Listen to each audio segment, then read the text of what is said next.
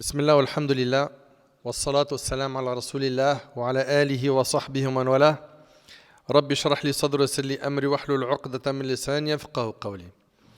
Mes chers frères, mes chères sœurs, dans ces quelques minutes, bi'idhnillah tabarak wa ta'ala, on va se ressourcer spirituellement avec un thème qui est très important, qui est le mérite de prier sur le prophète Muhammad sallallahu alayhi wa sallam. Rapidement comme ça, qui peut me dire comment est-ce qu'on prie sur le prophète alayhi salatu wa sallam? Allahumma salli ala Muhammad tout simplement. Ok, bien évidemment il y a d'autres formules, mais enregistrer celle-là, elle est simple. Allahumma salli ala Muhammad. D'accord? Vous voyez cette phrase? C'est un trésor et vous allez voir combien de textes parlent du mérite de cette magnifique formule. Le plus grand bienfait qu'Allah tabaraka wa ta'ala a accordé aux hommes et aux djinns est de leur avoir envoyé son serviteur et messager, son ami intime, notre bien-aimé Muhammad sallallahu alayhi wa sallam, qui est, comme vous le savez, la meilleure créature qu'Allah tabaraka wa ta'ala a créée. Allah subhanahu wa ta'ala nous mentionne cet immense bienfait et cette grande faveur qui est l'envoi du prophète alayhi salatu wassalam à l'humanité. Allah ta'ala nous dit لقد من الله على المؤمنين إذ بعث فيهم رسولا من أنفسهم يتلو عليهم آياته ويزكيهم ويعلمهم الكتاب والحكمة وإن كانوا من قبل لفي ضلال مبين. Allah nous dit Azza wa Jal, Allah a accordé une grâce aux croyants en suscitant parmi eux un messager issu d'eux-mêmes. Donc, l'envoi du prophète sallam, c'est une grâce pour les croyants. Allah a accordé une grâce aux croyants en suscitant parmi eux un messager issu d'eux-mêmes qui leur récite ces versets, les purifie de quoi? Du shirk, du polythéisme, des mauvais comportements, des péchés, qui leur récite ces versets, les purifie et leur enseigne le livre. C'est quoi le livre? Le Coran. Et la sagesse c'est quoi? Al-Hikmah. C'est la sunna du prophète sallallahu alayhi wa sallam. Et leur enseigne le livre et la sagesse alors qu'ils étaient auparavant dans un égarement manifeste. Étant donné l'immense bienfait qu'Allah tabaraka wa ta'ala a accordé aux croyants en leur envoyant son messager, sallallahu alayhi wa sallam, il leur a ordonné dans son noble livre de prier pour lui et de lui adresser les salutations tout en leur révélant que lui-même et ses anges font ses éloges. Allah tabaraka wa ta'ala dans Sourate Al-Ahzab nous dit Inna Allah wa malaikatahu yusalluna ala an-nabi ya ayyuhalladhina amanu sallu alayhi wa sallimu taslima. Allah et ses anges, alors si on traduit ça mot par mot, on va dire quoi? Allah et ses anges, on devrait traduire ça par prie sur le prophète. Yusalluna ala nabi, n'est-ce pas? Mais on va plutôt traduire ça par Allah et ses anges font les éloges du prophète. Et on va expliquer pourquoi on a penché vers cette traduction. Allah et ses anges font les éloges du prophète. Ô vous qui croyez, invoquez Allah en sa faveur et adressez-lui vos salutations. Mais que veut dire la prière sur le prophète sallallahu alayhi wa sallam? Alors, soyez attentifs. Inna as-salata min Allah azza wa jal thana'uhu ala al-musalla alayhi fil mala'il a'la ay 'inda al-mala'ika al-muqarrabin. La prière venant d'Allah signifie son éloge faite dans l'assemblée la plus élevée, c'est-à-dire auprès des anges rapprochés. Donc quand on dit Allahumma salli ala Muhammad, en fait on est en train d'invoquer Allah en demandant à Allah de faire l'éloge du prophète sallallahu alayhi wa sallam auprès des anges. Vous comprenez? C'est clair pour tout le monde? Quant à la prière des anges, elle consiste à invoquer pour lui, alayhi salatu wassalam, la bénédiction. Comme l'a expliqué Ibn Abbas, il a dit, cela signifie qu'ils invoquent pour lui la bénédiction. Quant à la manière dont nous prions sur lui, elle consiste à dire Allahumma salli ala Muhammad. Aussi simple que ça. Oh Allah, prie sur Muhammad. Très bien. Il y a d'autres formules. On verra, Inch'Allah, qu'on peut en utiliser d'autres. Et le sens de cette formule, c'est qu'on est en train d'invoquer Allah afin qu'Allah fasse l'éloge du prophète sallam dans l'assemblée la plus élevée, à savoir celle des anges, al-malaïka. C'est pour cette raison que l'imam al-Bukhari, rahimahullah, a dit dans son recueil authentique, au sujet de la parole d'Allah, « Inna Allah wa malaikatahu yusalluna ala nabi » Certes, Allah et ses anges prient sur le prophète. Abu al-Aliya a dit, « Salatullah, thana'uhu alayhi inda al-malaika, wa salatul malaika ad-du'a » La prière d'Allah est son éloge de lui auprès des anges, et la prière des anges est l'invocation. Et Ibn Atiyya a dit, la prière d'Allah est une miséricorde et une bénédiction venant de lui. Et la prière des anges est une invocation et une glorification. Donc on voit que la prière d'Allah sur le prophète sallam, Ibn al-Qayyim a opté pour dire que c'est l'éloge qu'Allah fait pour le prophète sallam auprès des anges. D'accord? Et il a été dit que la prière d'Allah est une miséricorde. Donc on voit qu'il y a plusieurs opinions. Mais en résumé, et on retiendra l'opinion d'Ibn al-Qayyim rahimallah, quand on dit Allahumma salli ala Muhammad, nous sommes en train d'invoquer Allah en demandant à Allah qu'il fasse l'éloge du prophète sallam auprès des anges. Concernant le statut juridique de la prière sur le prophète sallam, est-ce que c'est obligatoire de prier sur le prophète sallam ou est-ce que c'est recommandé? L'imam al-Qurtubi rahimallah, il dit Allah le Très-Haut a ordonné à ses serviteurs de prier sur son prophète Muhammad sallallahu alayhi wa sallam à l'exclusion de ses autres prophètes en guise d'honneur et de distinction pour lui. Et regardez ce qu'il dit le Qurtubi rahimallah dans son tafsir, il dit il n'y a aucune divergence entre les savants sur le fait que la prière sur lui est obligatoire au moins une fois dans la vie. C'est clair? C'est-à-dire que c'est obligatoire qu'au moins une fois dans ta vie, tu dis Allahumma salli ala Muhammad. D'accord? Une fois. Taïb. Supposons que tu l'as déjà dit une fois dans ta vie.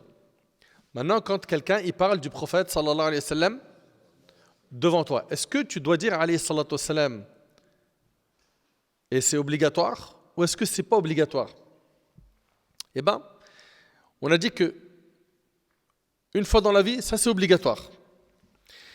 Et en toutes circonstances, elle fait partie des devoirs relevant des sunnas fortement recommandés. D'accord?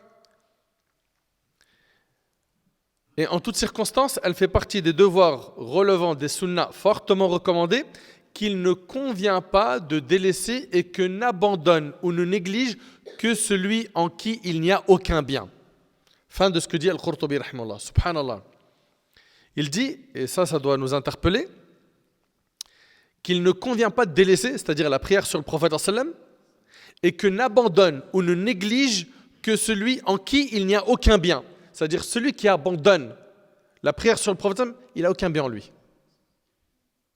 Il y a une autre opinion qui dit que prier sur le prophète sallallahu alayhi wa sallam, à chaque fois que son nom est cité, c'est obligatoire. C'est l'opinion d'Abu Ja'far al-Tahawi et Abu Abdullah al-Halimi. Eux, pour eux, ils disent il est obligatoire de prier sur lui, sallallahu alayhi wa sallam, chaque fois que son nom est mentionné. Très bien. D'ailleurs, il y a une chose qui me dérange, c'est quand on dit le prophète, sallallahu alayhi wa sallam, j'entends pas alayhi salatu wa sallam. Donc, s'il vous plaît, on est en train de parler de la prière sur le prophète, sallallahu alayhi wa sallam. Faites un effort. La personne qui va prier sur le prophète, sallallahu alayhi wa sallam, qu'elle sache qu'elle obtient la prière d'Allah sur elle. Ça veut dire quoi la prière d'Allah sur elle? Ça arrive. Qu'en priant sur le prophète, il faut que tu saches que tu te rapproches du paradis, que tu t'éloignes de l'enfer. Et qu'en faisant cela, bi'idhnillah tabaraka wa ta'ala, tu auras l'intercession du prophète sallallahu alayhi wa sallam le jour du jugement. Subhanallah. Les écrits sur le mérite de prier sur le prophète sallallahu alayhi wa sallam ont été très nombreux. Et l'un des livres qui est magnifique sur le sujet, c'est le livre d'Ibn al-Qayyim, rahimahullah, le livre Jala al-Afham, fi salati wa salam ala khayri al-anam. Ibn al-Qayyim, il a écrit un livre où il évoque les mérites. Il évoque les mérites de la prière sur le prophète sallam. Il a cité 40 mérites, bien évidemment sourcés. Et parmi les plus grands mérites de la prière sur le prophète sallam, c'est que ton amour pour le prophète sallam augmente. Plus tu vas prier sur le prophète sallam, plus ton amour pour lui va augmenter. Ibn al-Qayyim, rahimahullah, il a dit « Quiconque évoque souvent une chose finit par lui attacher son cœur. » Réfléchis sur cette phrase. Il a dit, rahimahullah, quiconque évoque souvent une chose finit par lui attacher son cœur. Allahumma salli wa sallim ala nabina Muhammad. Remarque que plus tu parles d'une chose que tu aimes, plus tu t'attaches à elle. Regarde les sportifs, celui par exemple qui est dans le foot et qui aime énormément le foot. Il va parler beaucoup de foot. Et dans les autres domaines, cette règle s'applique. Eh bien, plus tu parles d'une chose que tu aimes, plus tu t'attaches à elle. Plus tu pries sur le prophète sallam, plus tu l'aimes. Et en priant sur le prophète sallam, tu gagnes beaucoup. Et là, je vous demande d'être super attentif car on va citer énormément d'arguments religieux pour vous montrer ce que vous gagnez avec cette phrase qui est un trésor. Allahumma salli ala Muhammad. Abdullah ibn Amr ibn al-As radiyallahu anhu wa an jami' as-sahaba rapporte qu'il a entendu le prophète sallallahu alayhi wa sallam dire: celui qui prie sur moi une fois. Comment ça se fait, prier sur le prophète sallallahu une fois? Allahumma salli ala Muhammad. Celui qui prie sur moi une fois. Donc si tu dis une fois Allahumma salli ala Muhammad, Allah priera sur lui 10 fois à cause d'elle, et c'est rapporté par l'imam Muslim. C'est-à-dire quoi? Allah priera sur lui 10 fois à cause de cette prière qu'il a faite sur le prophète sallam.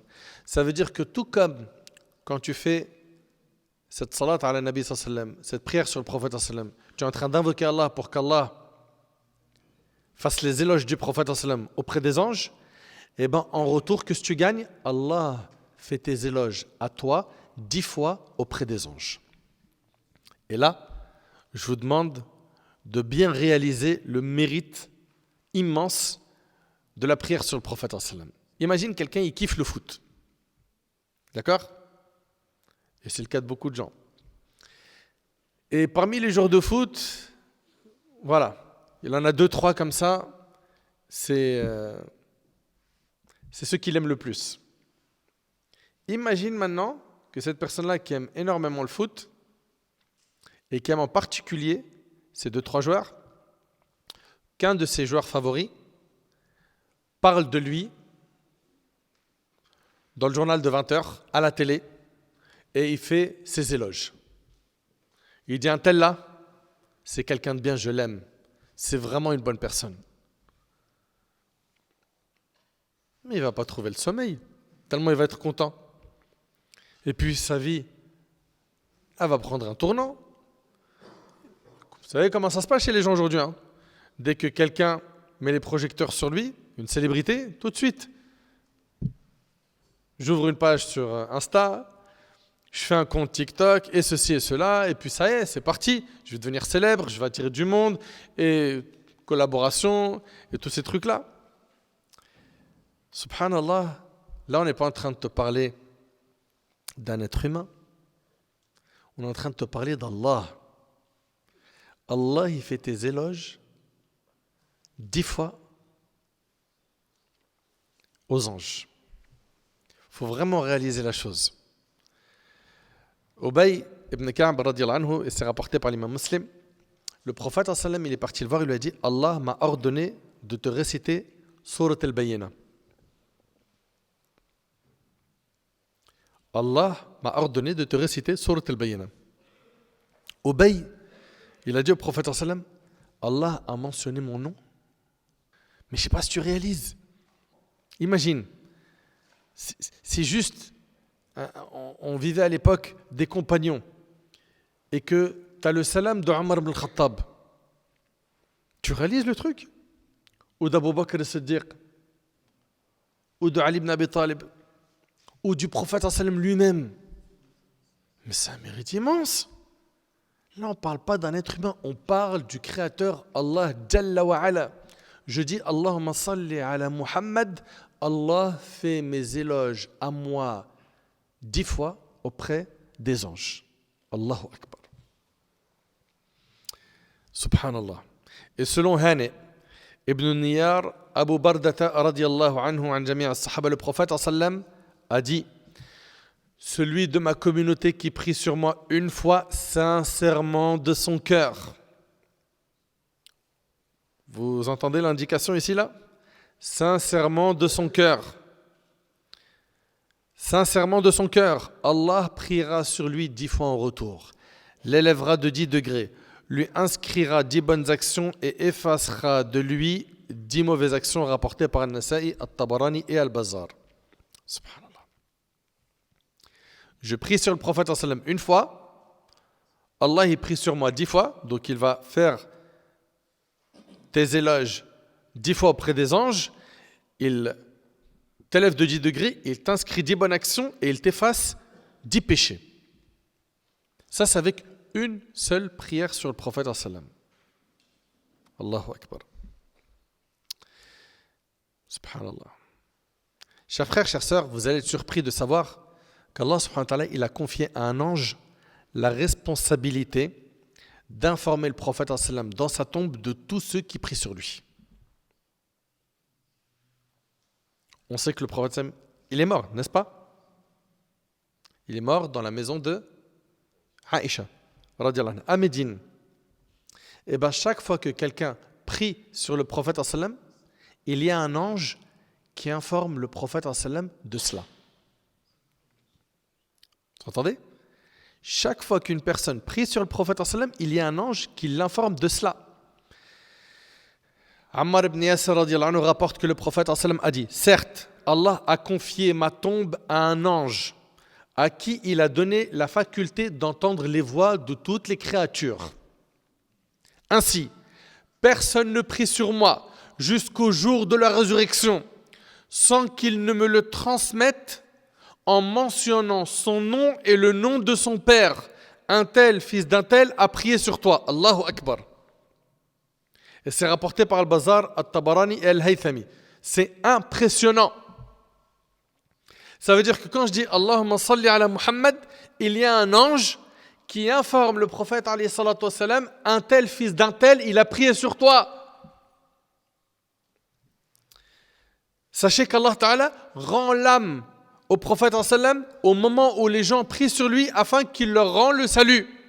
Selon Abu Hurayra radiyallahu anhu, le prophète sallallahu alayhi wa sallam a dit: Ma min ahadin yusallimu alayya illa radda Allahu alayya ruhi hatta arudda alayhi salam. Nul ne me salue sans qu'Allah me restitue l'âme pour pouvoir le saluer. Et c'est rapporté par l'imam Abu Daoud, rahimahullah, subhanallah, Allahu Akbar. Je m'adresse donc à tous ceux qui pensent que leurs prières sur le prophète sallam ne lui parviennent pas, en leur disant: vous vous trompez, ce n'est pas parce qu'il est à Médine, qu'il est loin, qu'il n'en est pas informé. Il en est informé. Et il répond au salam. Et écoutez avec moi ce hadith selon Aws ibn Aws radiyallahu anhu, le prophète sallallahu alayhi wa sallam a dit: le vendredi est l'un de vos meilleurs jours. Et je pense qu'on est nombreux ici à être heureux Yawm al-Jum'ah. Il y a la khutbah, le rappel, le rassemblement des musulmans. C'est notre Eid hebdomadaire. Le vendredi est l'un de vos meilleurs jours. C'est un vendredi que Adam a été créé. C'est un vendredi qu'il est mort. C'est un vendredi qu'on soufflera dans la trompe pour la résurrection et les créatures seront foudroyées. Et regardez ce que le Nabi sallallahu alayhi wa sallam dit. Pendant ce jour, quel jour? Le vendredi. Augmentez vos prières sur moi. C'est-à-dire, le vendredi, il est recommandé de multiplier les prières sur le prophète sallallahu alayhi wa sallam. Pendant ce jour, augmentez vos prières sur moi. Vos prières me sont présentées. Comprenez que le sens ici, c'est occupez-vous le jour du vendredi à multiplier les prières sur moi. Ils dirent ô messager d'Allah, comment nos prières te seront présentées alors que ton corps sera consumé? Il reprit, Allah a interdit à la terre de manger le corps des prophètes. Et c'est rapporté par le Hakim. Et ça, il faut que vous le sachiez, c'est que les prophètes, leur corps est intact dans leur tombe. N'oubliez pas, mes frères et sœurs, que celui qui prie sur le prophète une fois, Allah prie sur lui 10 fois. Qui parmi nous n'a pas de souci? Qui parmi nous n'a pas de péché? Nous sommes tous des fils d'Adam et on fait tous des péchés. Et nous avons tous des soucis. Pas tout le temps, mais ça arrive, n'est-ce pas? D'avoir des soucis. Eh bien, la prière sur le prophète sallam, c'est un remède contre les soucis et ça efface les péchés. Ubay ibn Ka'b rapporte qu'il a dit au prophète alayhi salatu wassalam, ô messager d'Allah, je prie beaucoup pour toi. Donc il multiplie les prières sur le prophète sallam. Il lui dit, quelle part de ma prière dois-je te consacrer? Il me répondit, ce que tu veux. J'ai demandé un quart, c'est-à-dire dans ses prières, il fait un quart de dhikr. Il a dit ce que tu souhaites. Et plus tu en fais, mieux c'est pour toi. J'ai redemandé la moitié. Il a dit ce que tu souhaites. Et plus tu en fais, mieux c'est pour toi. J'ai dit les 2 tiers. Ces 2 tiers de prière, donc il est dédié au prophète sallam, à prier sur lui. Il a répondu ce que tu souhaites. Et plus tu en fais, mieux c'est pour toi. Finalement, j'ai demandé puis-je te consacrer toute ma prière? Il a dit, si tu le fais, tu seras débarrassé de ce qui te préoccupe, tes soucis, et tes péchés te seront pardonnés. Allahu Akbar. Subhanallah. Tu as des épreuves dans ta vie. Tu traverses parfois des moments difficiles. Répète cette formule. Allahumma salli ala Muhammad. Allahumma salli ala Muhammad. Allahumma salli ala Muhammad. La formule la plus complète, c'est de réciter Salat al-Ibrahimiyya, la deuxième moitié du Tashahhud.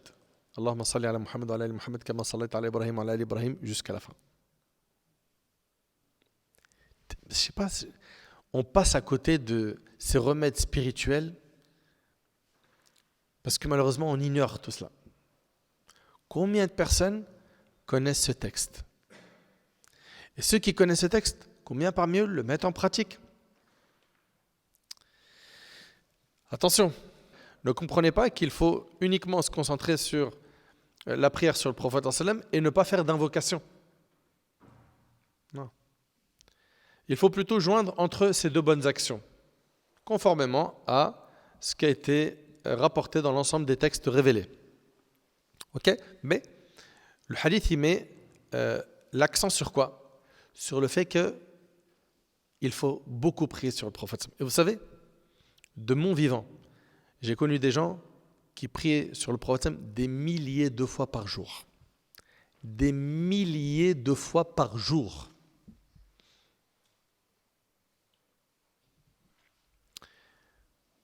Chers frères, chères sœurs, cette adoration, malheureusement, elle est délaissée par beaucoup de gens, alors qu'elle efface les péchés. Elle élève en degré, elle dissipe les soucis et rapproche le serviteur de son Seigneur. À chaque fois que l'on cite le prophète sallam en notre présence, on se doit de prier sur lui. Abu Huraira radiyallahu anhu relate que le prophète sallallahu alayhi wa sallam a dit, et méditez bien s'il vous plaît sur ce hadith, le prophète sallam il dit que soit humilié. Il fait une dua. Celui auprès duquel je suis mentionné et lui ne prie pas sur moi. Et c'est rapporté par l'imam at-Tirmidhi. Subhanallah. Le prophète sallam dit qu'il soit humilié. Celui auprès duquel je suis mentionné et il ne prie pas sur moi. Allahu Akbar. On voit dans ce hadith qu'il y a une grande menace pour tous ceux qui ne prient pas sur le prophète sallallahu alayhi wa sallam. Et d'après Ali, radiyallahu anhu, le prophète sallallahu alayhi wa sallam, il a dit l'avare est celui qui, lorsqu'on me mentionne en sa présence, ne prie pas sur moi. il est considéré comme un avare. L'avare est celui qui, lorsqu'on me mentionne en sa présence, ne prie pas sur moi. Et c'est rapporté par Tirmidhi. En fait, cette personne-là s'est montrée avare envers elle-même. Lorsqu'elle prie pour le prophète une fois, Allah le lui rend au décuple. Et cette personne-là, elle ne profite pas de cette occasion. Cette personne est avare. Par quoi? Par le fait qu'elle s'abstient de prier sur le prophète Subhanallah. Celui qui prie sur le prophète profitera de son intercession le jour du jugement. T'aimerais pas que le prophète il intercède pour toi le jour du jugement? Selon Abu Darda radiyallahu anhu, le prophète sallallahu alayhi wa sallam a dit: celui qui prie sur moi 10 fois le matin et 10 fois le soir s'assure mon intercession au jour du jugement dernier, rapporté par At-Tabarani. Allahu Akbar. Allahu Akbar. 10 fois le matin. Allahumma salli ala Muhammad. Allahumma salli ala Muhammad. Allahumma salli ala Muhammad. Allahumma salli ala Muhammad. Allahumma salli ala Muhammad. 5. Tu rajoutes encore 5. Ça fait combien de temps ça? On est d'accord que ça fait moins de 30 secondes. Et avec ça, subhanallah, tu gagnes l'intercession de notre bien-aimé alayhi salatu wassalam. 10 fois le matin, 10 fois le soir. Mais à partir de quand?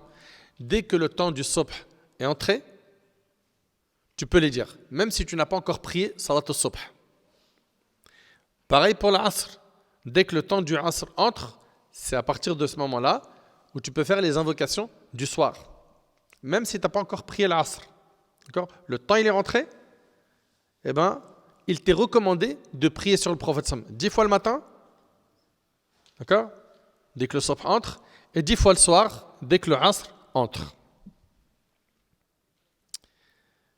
N'oublions pas donc de prier sur le prophète tous les jours. On se motive afin que l'on puisse gagner son intercession alayhi salatu wassalam. Et parmi ce qui accorde aussi l'intercession du prophète on a le fait de prier sur le prophète après le adhan. Quand le mu'adhin il fait l'adhan, qu'est-ce que nous on doit répéter? La même chose que lui quand il fait l'adhan. Pendant l'adhan, on répète ce qu'il dit le mu'adhin, sauf hayya ala salah, hayya ala falah, on dit quoi? La hawla wa la quwwata illa billah. Et puis, as-salatu khayrun min an-nawm pour subh, on dit quoi? On dit as-salatu khayrun min an-nawm.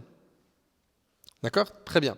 Mais après avoir terminé le adhan, eh ben, il nous est recommandé de demander pour le prophète al-wasila. Et pour ceux qui connaissent l'invocation,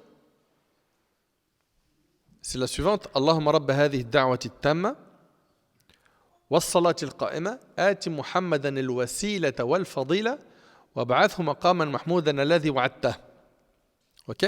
Bah regardez ce que dit le prophète dans le hadith de Abdullah ibn Amr ibn al-As radiyallahu anhu an jami' as-sahaba. Le prophète il a dit: quand vous entendez l'appel du mu'adhin, dites après lui la même chose que lui, puis priez sur moi. Car toutes les fois que quelqu'un prie sur moi une fois, Allah lui donne en contrepartie 10 prières.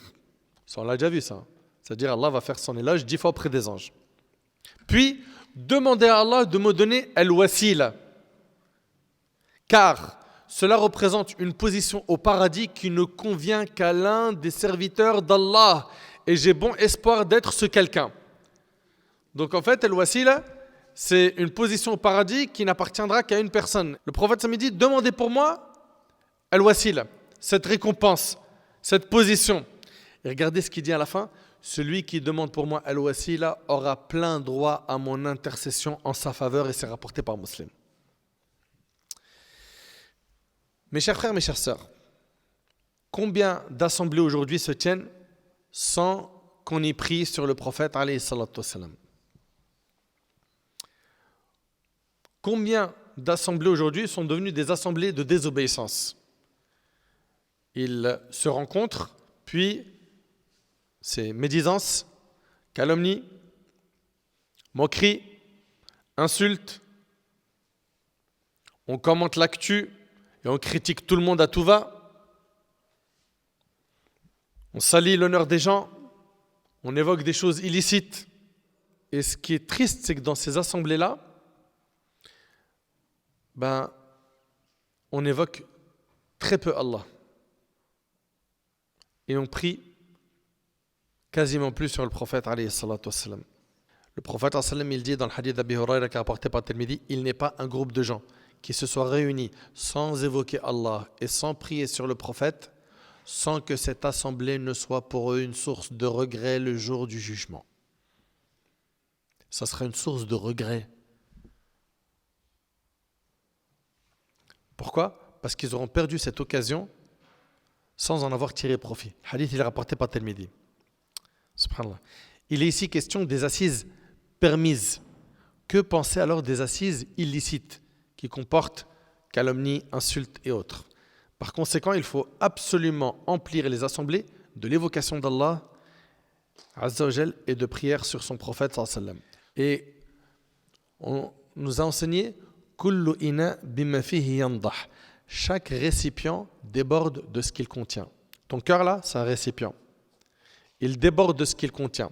Si il déborde de l'amour d'Allah, ce qui va découler, ça va être quoi ? Des œuvres pieuses. C'est ça qui va en découler. Mais si ton cœur il est rempli de façades, de corruption, ce qui va découler, c'est quoi ? C'est des mauvaises actions.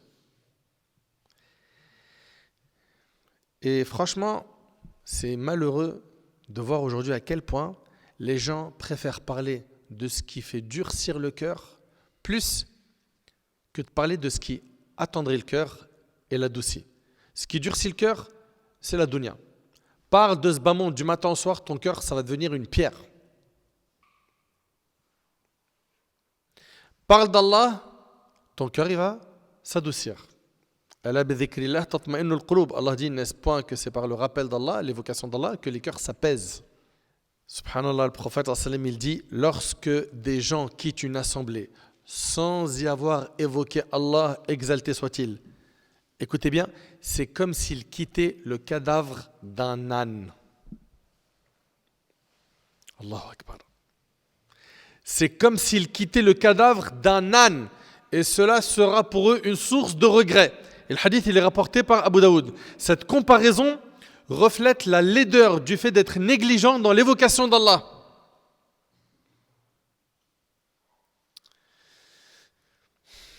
Ils regretteront vivement le fait d'avoir été négligents en gaspillant stupidement leur temps dans des choses inutiles.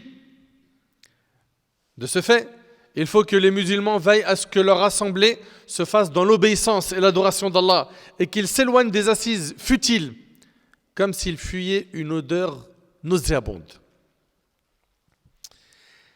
Parmi les mérites de la prière sur le prophète, c'est que celle-ci nous sauvera une fois sur le pont du Sirat. C'est quoi le pont du Sirat ? Levez la main. Ouais. C'est le pont qui est dressé au-dessus de l'enfer. Le prophète il a décrit ce pont en disant qu'il est plus fin qu'un brin de cheveux, plus tranchant qu'un sabre. Ce pont, il est au-dessus de l'enfer. D'accord ? Pour pouvoir aller au paradis, il faudra passer par ce pont. Et les gens passeront au-dessus de ce pont à la vitesse de leur accomplissement du bien dans cette vie. Celui qui faisait le bien et qui s'occupait de son âme passera rapidement. Celui qui a négligé son âme, il va passer lentement, voire peut se retrouver dans des complications. Selon Saïd ibn al-Musayyib, rahimahullah, ce grand savant parmi les tabi'in, selon Abdurrahman ibn Samura, radiyallahu anhu, qui raconte un rêve du prophète sallam. Les rêves des prophètes sont des révélations, barakallahu fik. Les rêves des prophètes sont des révélations. Et en fait, le prophète en rêve, il dit « Je vis un homme de ma communauté, tantôt rampant sur le sirat et tantôt s'y accrochant. Tantôt il rampait et tantôt il s'y accrochait. Puis vint à son secours sa prière sur moi et le redressa sur ses jambes et le sauva. » Allahu Akbar. Et c'est rapporté par Tirmidhi. Prier sur le prophète sallam se fait dans plusieurs moments. On le fait en prière, pendant le tashahhud. Mais aussi, lorsque quelqu'un évoque son nom en notre présence. Parmi les moments où l'on prie sur le prophète, il y a lorsqu'on entre dans la mosquée et lorsqu'on en sort. On entre à la mosquée avec le pied droit, on ressort avec le pied gauche. Et qu'est-ce qu'on dit quand on rentre à la mosquée? Alors, parmi les afkar, les formules de dhikr qui ont été rapportées, il y a celle-là, Bismillah, Wassalam ala Rasulillah, Allahumma aghfir li dhunubi, waftah li abwaba rahmatik. Au nom d'Allah, que la prière et le salut soient sur le messager d'Allah. Ô Seigneur, ouvre-moi les portes de ta miséricorde. Ce hadith-là, il est rapporté par Ibn Majah selon Fatima, radiyallahu anha. Et en sortant, on dit Bismillah, wassalam ala Rasulillah, Allahumma aghfir li dhunubi, waftah li abwaba fadlik. Au nom d'Allah, que la prière et le salut soient sur le messager d'Allah. Ô Seigneur, pardonne-moi mes fautes et ouvre-moi les portes de tes bienfaits. Et pareil, c'est rapporté par Ibn Majah. Parmi les moments où l'on prie sur le prophète, on a la khutbah de Jumu'ah. D'accord? Pendant le discours du vendredi. L'imam, il prie sur le prophète. On a aussi les prêches des deux Eid, Eid al-Fitr et Eid al-Adha. On a aussi le prêche de la demande de pluie. Parce qu'on a une prière qu'on fait qui s'appelle Salatul Istisqa. Une prière pour demander la pluie. Il y a un prêche. Dans ce prêche-là, on prie sur le prophète. Également dans la prière mortuaire. Ok? On prie sur le prophète. Pendant le discours de la prière de l'éclipse, pareil, on prie sur le prophète. Dans les discours qu'on fait pour commencer un sermon, on prie sur le prophète. La preuve, c'est que les compagnons l'ont fait. Abdullah, le fils de l'imam Ahmad, rahimahullah, a rapporté que Ali ibn Abi Talib monta un jour sur le mimbar, puis il glorifia et loua Allah, il pria sur le prophète et dit, sachez que les meilleurs serviteurs d'Allah sont Abu Bakr, puis Omar, puis Allah choisit qui il veut. Et cette parole, Ali, il l'a dit à Koufa, la ville de Koufa en Irak. Parmi les moments où l'on prie sur le prophète, on a le discours que l'on fait dans les débuts des mariages. Parmi les moments où l'on prie sur le prophète, c'est quand on est devant sa tombe, sallallahu alayhi wa sallam. On le salue et on prie sur lui. Parmi les moments où il est recommandé de prier sur le prophète, on a lors des invocations. Tiens, lors des invocations, à quel moment dans l'invocation je prie sur le prophète alayhi salatu wassalam? Au début et à la fin. Très bien. Omar radiyallahu anhu, ce noble compagnon, a dit l'invocation, écoutez attentivement s'il vous plaît, reste suspendue entre le ciel et la terre.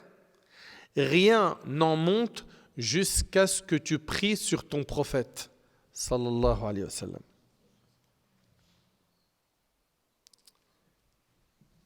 Et Omar, ce qu'il a rapporté là, ce n'est pas quelque chose qu'il a inventé. C'est ce qu'on appelle une parole qui est mawqoufa fi hukm al-raf'a. C'est-à-dire que ça a le statut de raf'a, c'est-à-dire que ça a le statut de la parole du prophète. Car Omar ne peut pas inventer ce type de propos. Il a dit l'invocation reste suspendue entre le ciel et la terre, rien n'en monte jusqu'à ce que tu pries sur ton prophète. Ce hadith indique le caractère recommandé de prier sur le messager d'Allah sallam en même temps que l'invocation. Donc, ça fait partie des adab, des règles à respecter, des bons comportements, que lorsque tu invoques Allah, tu commences par un, athana ala Allah, tu loues Allah. Thumma tusalli ala nabi sallam. Puis, tu pries sur le prophète. Thumma tad'u bima shi'ta. Puis après, tu invoques Allah subhanahu wa ta'ala de ce que tu veux. D'accord? Et de cette manière-là, tu auras fait ce qui est recommandé. Attention, cela n'est pas une condition pour que l'invocation soit valable. C'est-à-dire si quelqu'un il n'a pas prié sur le prophète avant de faire dua, on ne lui dit pas ta dua, elle est ghayr maqboula, elle ne sera pas acceptée. Non. Mais c'est une recommandation et non une obligation. Et les savants ont mentionné que la prière sur le prophète lors de l'invocation comporte 3 niveaux. Suivez bien. Cheikh Bakr Abu Zayd, rahmatullah alayh, dans son livre Tasihh ad-Du'a, il a dit le niveau le plus parfait dans l'invocation consiste à prier sur le prophète au début de l'invocation, au milieu et à sa fin. au début, au milieu et à sa fin. Ça, c'est le niveau le plus parfait. Le deuxième niveau consiste à prier sur lui au début et à la fin de l'invocation. Le troisième niveau consiste à prier sur lui au début de l'invocation seulement. C'est bon? Donc maintenant, habitue-toi, quand tu invoques Allah subhanahu wa ta'ala, de prier sur le prophète alayhi salatu wassalam dans un premier temps. Avant cela, tu loues Allah et après, tu demandes à Allah subhanahu wa ta'ala. Et finis ton invocation par la prière sur le prophète alayhi salatu wassalam. D'accord? On a vu ici 3 niveaux. Et je tiens à préciser que prier sur le prophète sallallahu alayhi wa sallam n'est pas une chose que l'on fait à l'oral uniquement. Et là, quand j'aborde ce passage, j'ai le cœur qui est rempli de tristesse. Pourquoi? Parce qu'aujourd'hui, il arrive qu'on transfère des SMS à nos amis où il y a des rappels, des hadiths du prophète alayhi salatu wassalam. Et le frère ou la sœur va t'envoyer le hadith qui peut faire 1-2 lignes ou plusieurs lignes. Et il va te mettre une abréviation. Au lieu de mettre alayhi salatu wassalam, il te met le prophète SAW, a dit. Le prophète SAS, ou bien le prophète SAWS, a dit. Ou SBDL, ou PBSL. Des abréviations.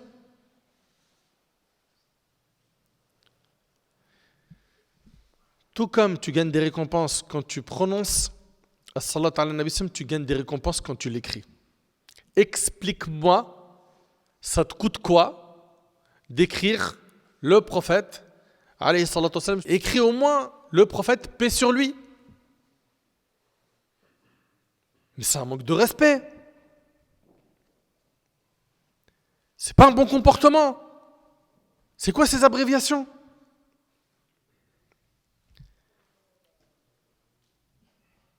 Tu passes à côté de beaucoup de récompenses. Et j'aimerais, s'il vous plaît, que lorsque vous parlez d'Allah ou que vous écrivez Allah, à côté il y a Azza wa Jal, Jalla fi'ula, subhanahu wa ta'ala, ou bien en français, exalté soit-il. Tu mets à côté une formule parmi celles que j'ai évoquées, ou une autre. Tu vas parler du prophète, sallallahu alayhi wa sallam, tu mets alayhi salatu wassalam, en arabe ou en français. Tu vas parler d'un compagnon, tu dis radiyallahu anhu, qu'Allah l'agrée. Ils sont plusieurs, radiyallahu anhum. Ils sont 2, radiyallahu anhuma. C'est une femme, radiyallahu anha. Tu parles d'un savant, tu dis rahimahullah, qu'Allah lui fasse miséricorde. S'il vous plaît, qu'on s'éduque. C'est quoi cette flemme? Aujourd'hui, tu vois les messages, franchement, salam alaikum, c'est devenu SLM. Barakallahu fik, BFK.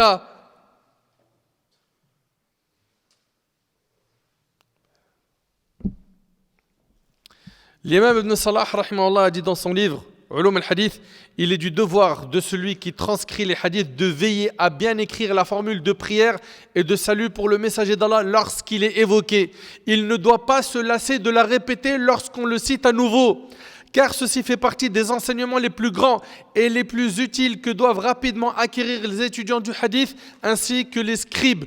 Quant aux négligents, ils se privent d'un bien immense. Subhanallah, les savants du hadith, prends l'exemple de l'imam al-Bukhari, ou l'imam Muslim, ou un autre, ou l'imam Ahmad, rahimallahu al-jami'. Dis-moi s'il te plaît, dans leur livre de hadith, où ils en ont rapporté des milliers, ils se sont lassés d'écrire alayhi salatu wassalam.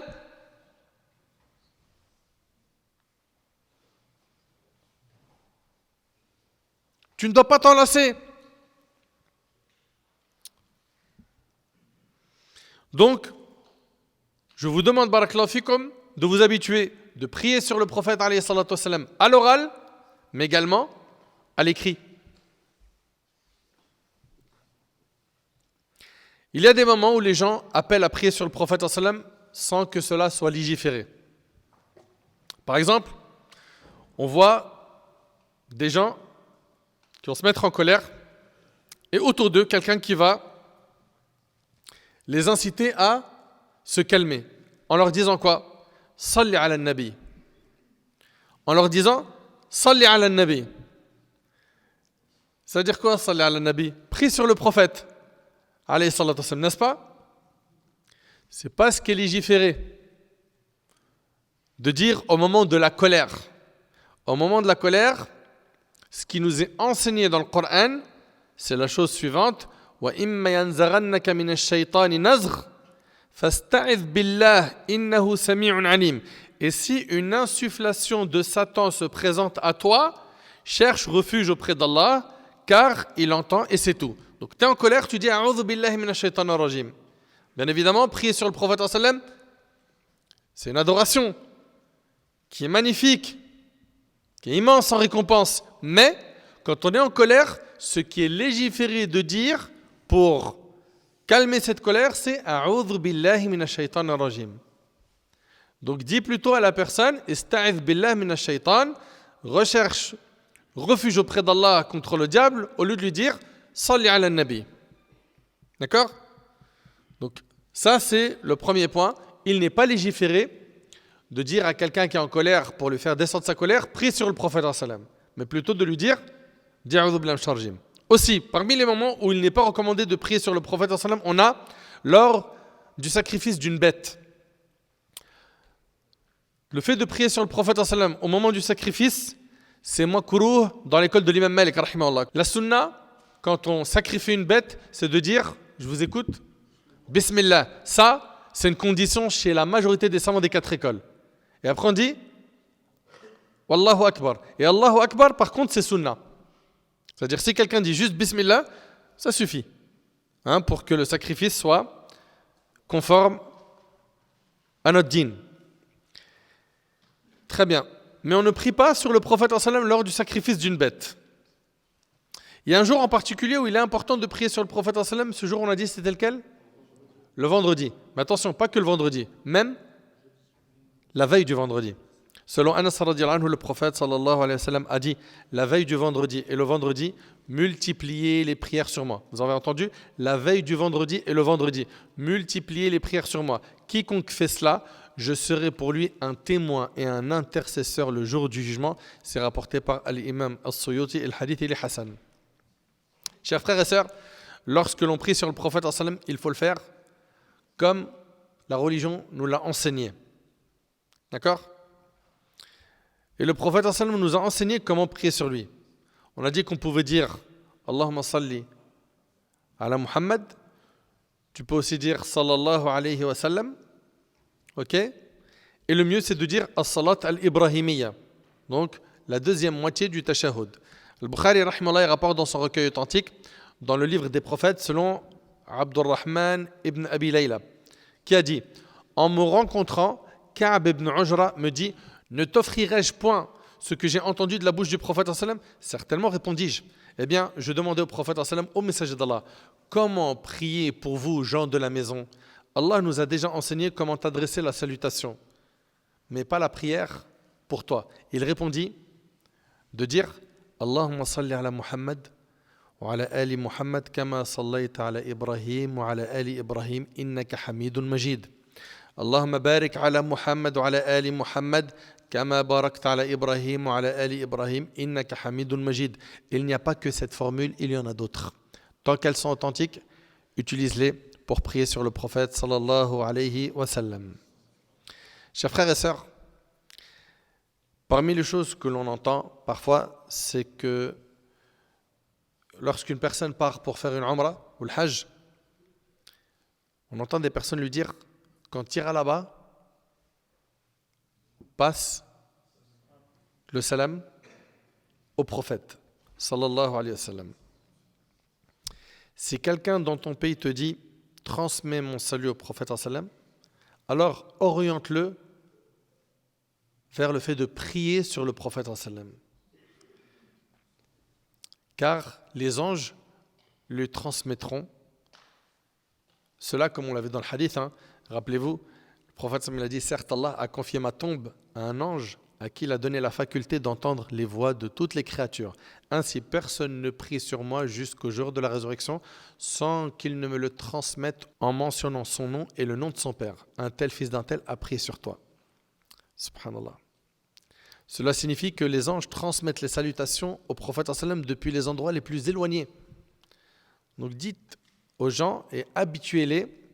Je sais qu'il y a des avis comme Zorqani et d'autres disent que c'est une amana dès lors qu'il t'a dit Balligh salam les Nabi sallam, ça devient une amana, un dépôt, tu dois t'acquitter de cette amana.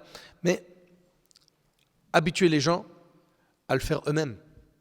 Peu importe où tu te trouves, prie sur le prophète sallam, cette salutation lui parviendra, comme on l'a vu dans les hadiths. Et faites très attention lorsque vous allez utiliser des adhkar, des formules de dhikr, d'utiliser ce qui est mashroua, légiféré. D'accord ? Pas des choses qui sont inventées, qui n'ont aucun fondement. Et pour ça, bien évidemment, il faut quoi ? Vérifier les sources. Vous n'avez pas le niveau ? Demandez à quelqu'un qui a la science pour qu'il puisse vous dire est-ce que c'est légiféré de dire ceci ou cela ? Parce que parfois on te dit voilà, il y a un hadith qui dit si tu répètes telle formule et tu t'aperçois que le hadith il est inventé, c'est un mensonge. Faites donc très attention à ne pas utiliser n'importe quel texte pour faire des adorations.